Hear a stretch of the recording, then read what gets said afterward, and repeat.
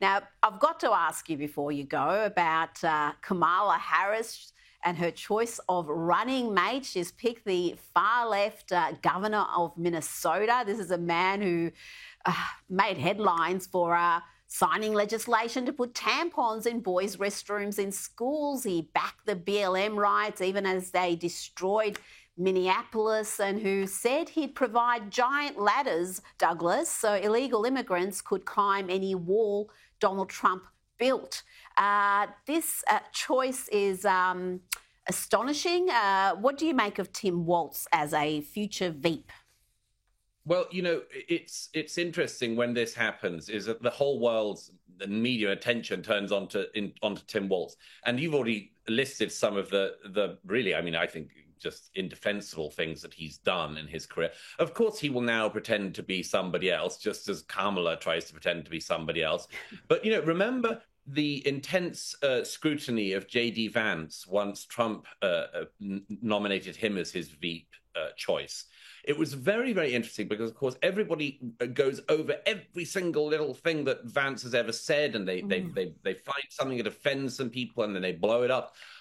We should expect the same thing to be happening with Tim Walz in the coming days, and we'll see if it does. But it ought to. And, all of this stuff that you've just listed, the bananas stuff about tampons and boys' bathrooms and the BLM riot stuff and else, if he tries to run as a law and order candidate, I would expect him to get a certain amount of pushback. But some of the media being what it is, maybe we won't. Maybe he'll be able to reinvent himself just as Kamala has been able to reinvent herself as a sparklingly innovative, brilliant, successful, dynamic, and inspiring political leader who will lead the free world in the 21st century.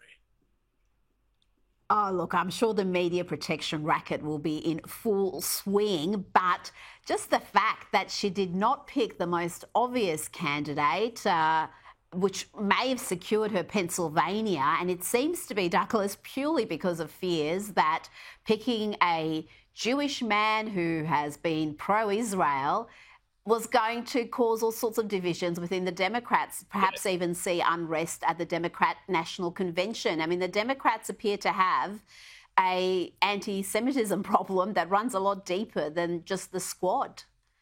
Well, it's interesting. Josh Shapiro was the name on everyone's lips. He's a very impressive politician, or quite an impressive politician, I should say. He did have to do the full grovel when it turned out that at the age of 20, he had said that the Palestinians may not want peace all that much. He rode that back and apologized for being correct at the age of 20 and made sure that he was now incorrect. And it still didn't get him the nomination. Yes, we'll see. Is Tim Walz able to bolster Kamala Harris's credentials on foreign policy questions? We're going to see, aren't we? But if there's any weakness there, I would very much hope that it would be exposed as it would on either side. This is 90 days left of this, and as you know, and everyone watching knows, these are long weeks at the moment in which anything can happen. And 3 months is a heck of a long time in Kamala world, and we don't need her to explain to us quite how long time can be. No, please not. Douglas Murray, thank you so much for your time this evening. Thank you.